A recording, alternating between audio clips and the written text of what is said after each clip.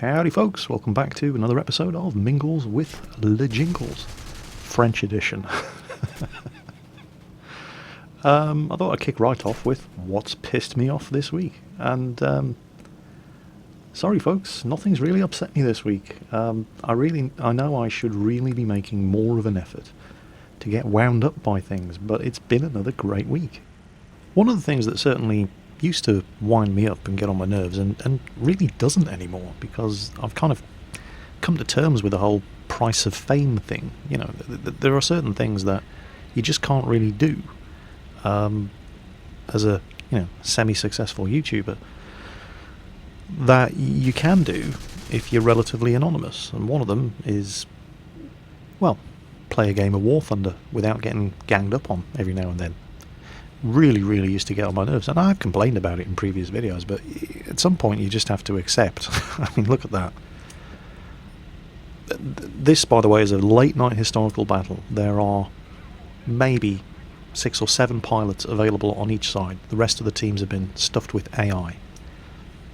Of the 6 or 7 pilots, 5 of them are chasing me to the edge of the battlefield in a historical battle. They're 20 kilometres away from everybody else on the rest of my team just to take shots at me. And, you know, as I'm sure you're all aware, this really used to wind me up. I used to rage about it, and I was complaining about it endlessly in other videos. But nothing's going to change. You've got to just adapt to the circumstances in which you find yourself. So and it took me a long time to accept this and get philosophical about it. And what I do now is I just troll them right back. In a historical battle, for example, the map is big enough that as soon as you see it coming, if you see it coming early enough, it's great, because you can just lead them all to the edge of the battlefield, take them as far away from the mission objectives as you possibly can, while the rest of their team gets caned by everybody else on my team and is cursing them in chat for being a bunch of noobs. And if I manage to get to the edge of the battlefield without taking any hits, I just eject. So none of them get the kill. Worst case scenario, only one of them's going to get the kill. That's historical battles. If it happens in arcade, it's slightly trickier, because, you know, the map's only so big. There's only so far you can run away. All you do in arcade is you go up. Get gangbanged in one aircraft, fine, jump into the next, and just take it straight up to 10,000 metres. Enemy teams generally have a bit of a sense of humour failure when a third of their combat strength is fruitlessly chasing after one guy right at the combat ceiling, and the rest of their team is getting hammered by everybody else online. And that's what it's all about. You can't get angry about this sort of stuff. You know, you get angry about the stuff that you can change, not the stuff that you can't change. Instead, you just have to adapt, improvise, and overcome. And this is how I do it now. And I really wish I'd learnt this lesson earlier, because I don't get wound up by it anymore, and I still get material to put on YouTube. So everyone's a winner. So my apologies to those of you who were expecting another massive Jingles rant this week. I'm sorry, nothing has managed to upset me that much this week. Mentioned at the beginning of the video that there was some great news for the classic aircraft fans amongst you, so all you War Thunder players. I mentioned in last week's Mingles with Jingles about an upcoming visit to the Fleet Aeron Museum at Somerset. Sorry, at Yeovilton in Somerset, in the southwest of England. The sad thing is, I was actually based at Royal Naval Air Station Yeovilton for about a year in the mid-90s. And all the time I was there, I never went to the Fleet Aeron Museum, which was right next door. So talk about wasted opportunity. But we now have a date for the visit. The visit's been organised by Ed Francis, who you saw in the DCC Shrivenham video. He also organised the DCC Shrivenham visit.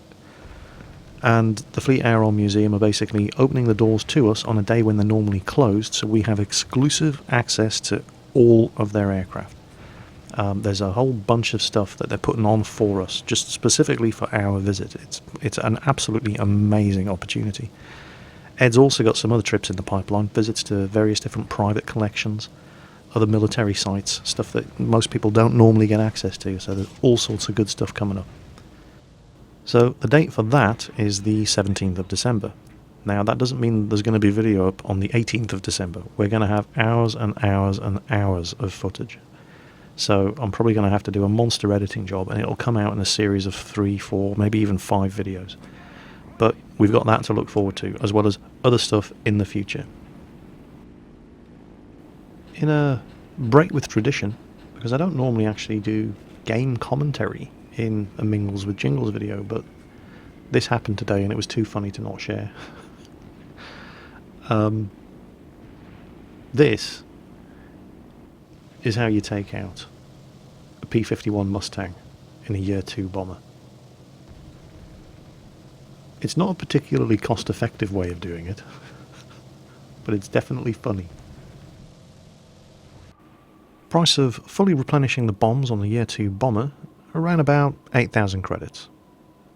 Taking out a P-51D Mustang on the runway while he's landing, thinks he's safe, and he's repairing his aircraft.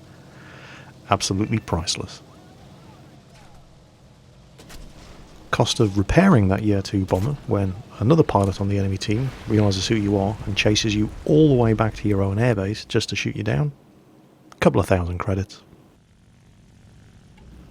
Look on that pilot's face when he realises that, yeah, you might have just shot your bomber down, but you've just jumped into an LA-7B and he's miles away from all of his friends. Yeah, I'm sure you can fill in the gaps. And that's what it's all about. Don't get mad. Get even. Speaking of War Thunder, there have been some comments about the PlayStation 4 release of War Thunder on my previous episode of Mingles with Jingles. He's not the only one, but specifically I'm referring here to Ollie Oligon, who's from Germany, and is a bit upset with the way Sony is handling the PlayStation 4 launch of War Thunder. For those of you who aren't aware, it's out already. It was released on the 29th of November. Now, what you're not seeing at the moment is PlayStation 4 players. If, for example, if you flashed up War Thunder right now on your PC, you're only playing against other people playing on PCs. You're not seeing PS4 players on the PC servers so far. The reason for that is because the PlayStation 4 version of War Thunder is already at patch 1.37. Patch 1.37 for the PC is currently on the development server, so we're going to see it soon. And once the two versions on the two different platforms sync up, at that point, we'll all be playing on the same servers. So it is going to come, just not right away, not coinciding with the PlayStation 4 release. Ollie's main problem is that he's not going to be able to play on the PlayStation 4 with his friends using his existing War Thunder account, because basically Sony are being a bunch of little bitches, and if you want to play War Thunder on the PS4, you have to start a completely new account, and this bothers him somewhat. But it's not really a huge problem. I mean, it's annoying, and I can't think of a single rational reason why you can't do it. Although, knowing Sony, I'm sure that whatever the reason is, it's because there's money involved somewhere. But it's not really that much of a problem, surely. I mean, you can still play with your PlayStation 4 friends using your PC account. You just have to do it on your PC. Isn't that the whole point of it being an online game? You don't have to pick up your equipment and take it around to your friend's house in order to play with them? Am I just missing the point here? It really just doesn't seem like a huge issue to me.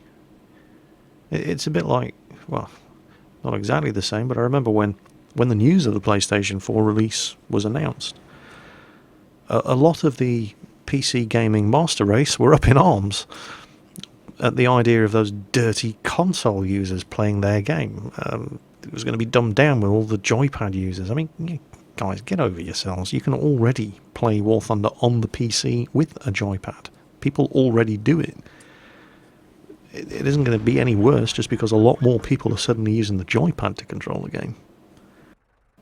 Perhaps I really just don't understand the situation. I mean, I'm not a console gamer myself.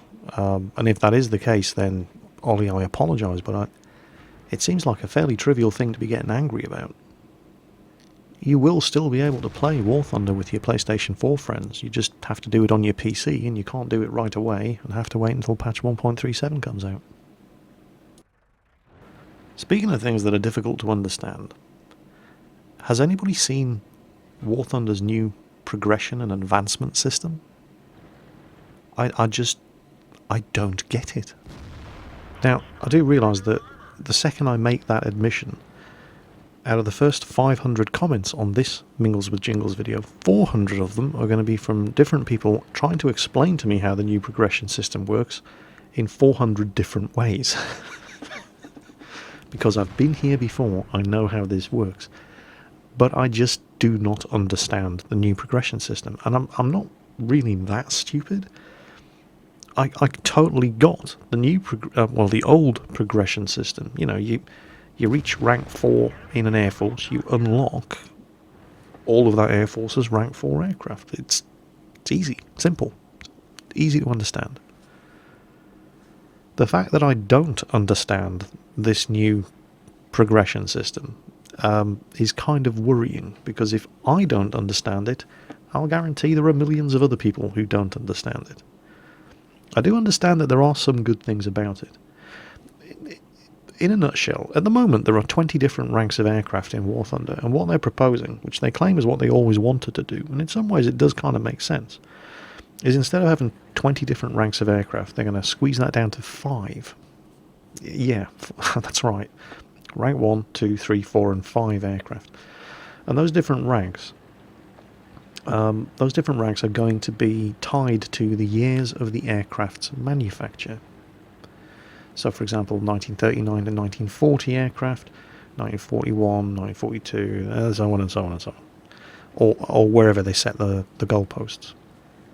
Now, that in itself presents a couple of balancing issues, because if you're going to tie the different ranks of aircraft, and therefore the matchmaking of the aircraft, to years of manufacture, what you have to bear in mind is that in 1939 and 1940, Germany and Great Britain were producing some very good aircraft, and Russia was producing dog shit.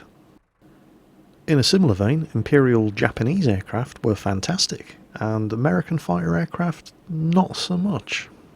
Of course, later on in the war, things changed, but at lower levels, things are going to be interesting. So I'm looking forward to seeing how they balance that and at the same time maintain historical accuracy with great anticipation. Should be amusing. One of the advantages of the new system that I did immediately understand and think is great is that currently in the game, if, for example, you have one of the aircraft that you gained access to early on that you really like flying, say for example your early Spitfires, you play them enough, the aircraft's experience bar fills up, and once it fills up all the way, you drastically reduce the amount of experience that you gain on that aircraft. Now, that's not going to be a problem anymore, because it's kind of going to be a bit like World of Tanks, except for example in World of Tanks, any experience that you earn on one tank goes towards unlocking the next tank. In War Thunder, any experience that you earn in any nation goes to unlocking successive aircraft in that nation. So if you've maxed out, for example, your Mark II Spitfire, it doesn't matter anymore. You can carry on playing the Mark II Spitfire as much as you like, and the experience that you earn on that will still be used for unlocking any other British aircraft, if that makes sense. My main issue with the way they tried to explain it on the forums was that it seemed to be written by somebody for whom English wasn't their first language. And that's rarely a good sign. And the examples that they gave didn't really contain all of the information that you needed to fully understand what it was they were talking about.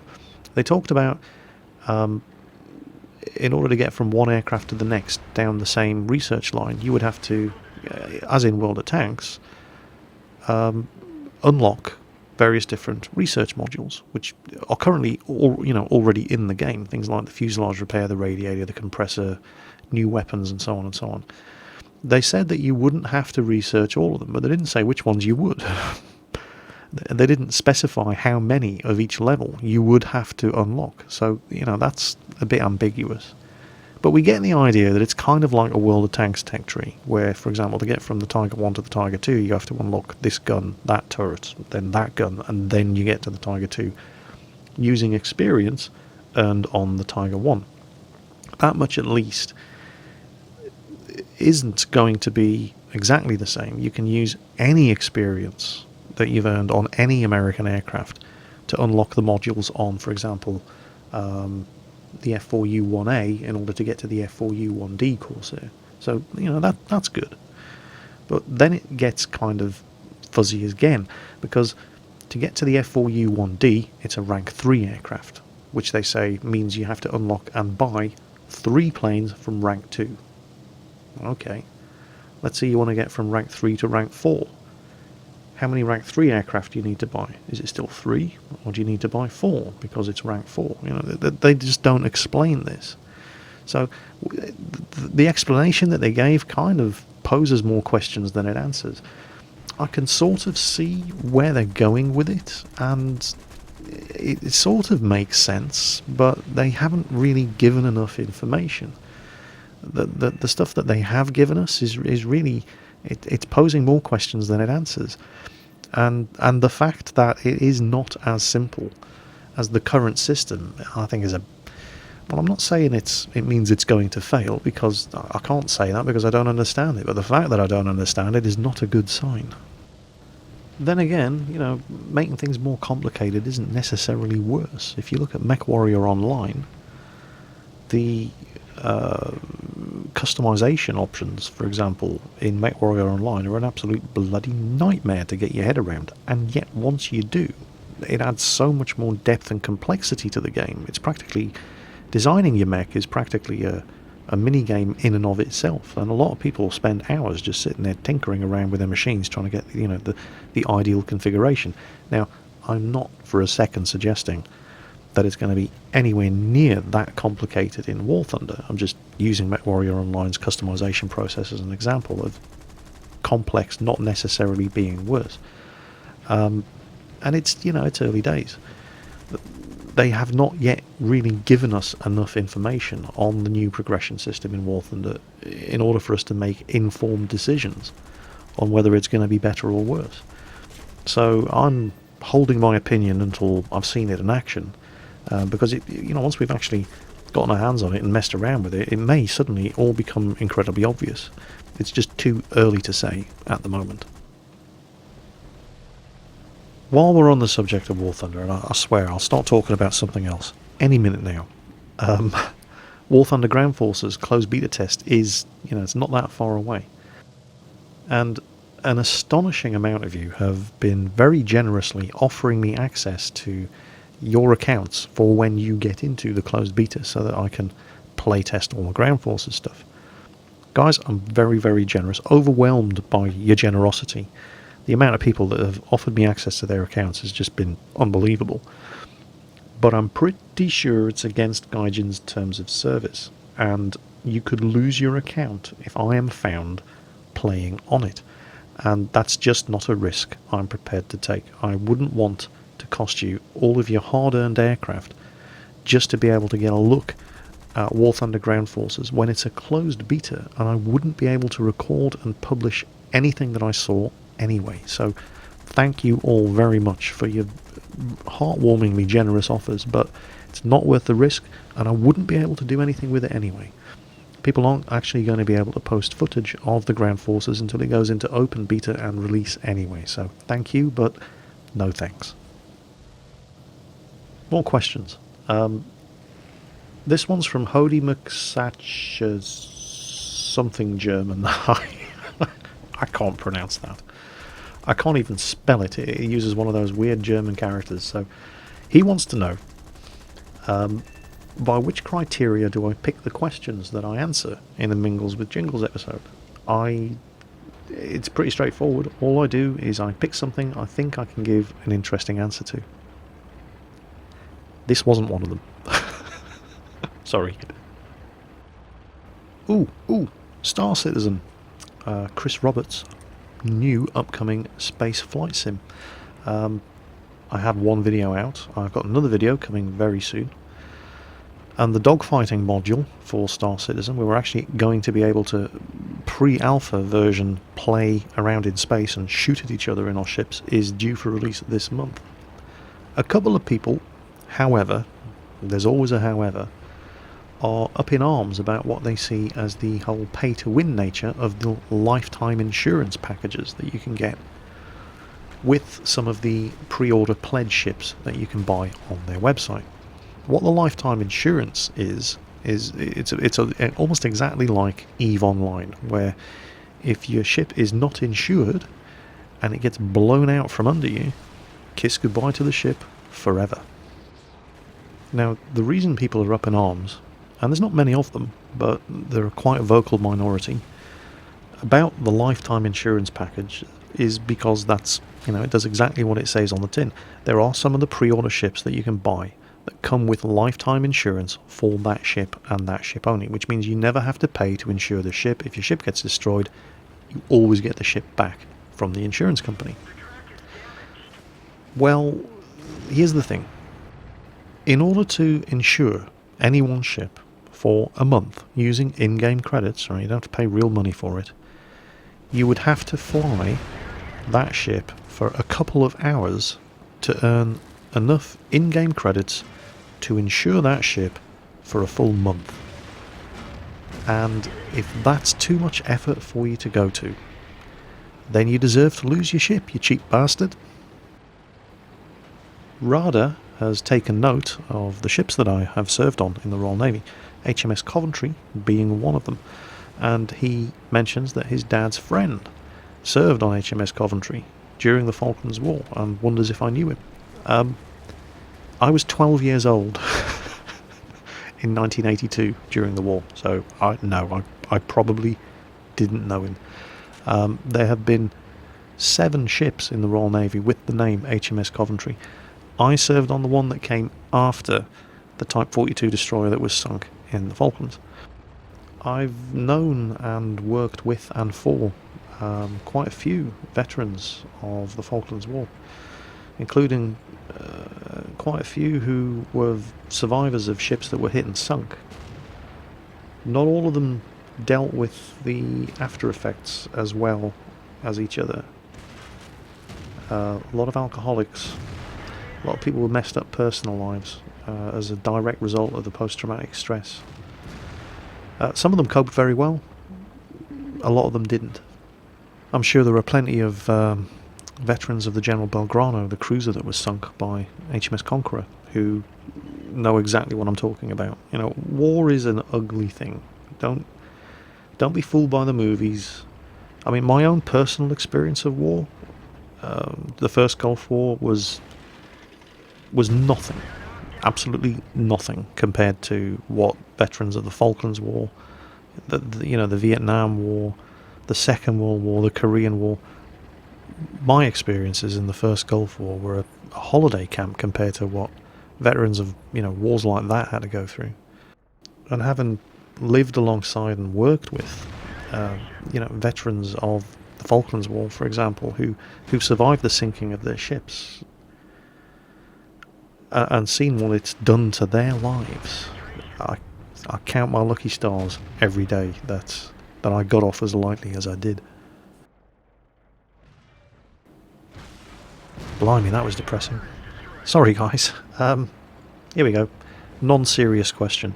The Daimler wants to know, Jingles, what do you do to vent your frustration after a really horrible day playing World of Tanks? Well, that's easy. I kick puppies. Yeah, really. That's what I do. I've got a woman. She brings a whole bunch of puppies, like a dozen new puppies around every week to replace the ones I've gone through. If I have a bad day in World of Tanks, I just put the keyboard down, go into the kitchen, open the cupboard, get some puppies out and kick the little buggers to death. It's fantastic stress relief. You should try it. I don't really... I've got the RSPCA knocking on my door right now. We've heard from YouTube. I don't really kick puppies to death. I made it all up. Honest. Seriously. I don't do it. I made it up. None of it's true. I use kittens instead. Yeah, I know. I'm going to hell for this one. Actually, what should I kick to death? There you go. There's a question for you lot. You're getting frustrated after a really shitty day playing War Thunder, World of Tanks, whatever. What should you kick to death? To vent your frustrations. You know, you guys, you're privileged to be in at the ground floor here before I got rich and famous, when I could actually ask this sort of question in a YouTube video without having my pants sewed off. They grow up so fast, don't they? Jeremiah Dancy wants to know, and serious question here, because he's a military history professor and a former US Marine. Have you noticed they're always former US Marines, they're never ex-US Marines? Very important distinction, by the way, right? Don't get it wrong or they'll fucking have you. Right? I got it wrong once, barely lived to tell the tale. So, yes, Jeremiah Dancy, former US Marine, military history professor. What do I think is going to be the TOG of Star Citizen? I don't know about that. The TOG of Star Citizen. You'd have to have something that is so bad it just goes through the bad barrier, comes out the other side, and ends up being good. And that's a pretty tall order. I mean, you know, there's only one TOG. I've had a look at and there's the other thing, right? I mean, the TOG looks ridiculous, because the TOG is ridiculous, and yet somehow it just has that charm that's all on its own. But you look at all the ships and the designs for the ships that exist currently in Star Citizen, and they all look badass. I mean, even there's a ship called the Starfarer, and it's a tanker. Right? I mean, it's about as unglamorous as you can get. It looks like the dropship from Aliens. You know, it just looks badass. So I don't know.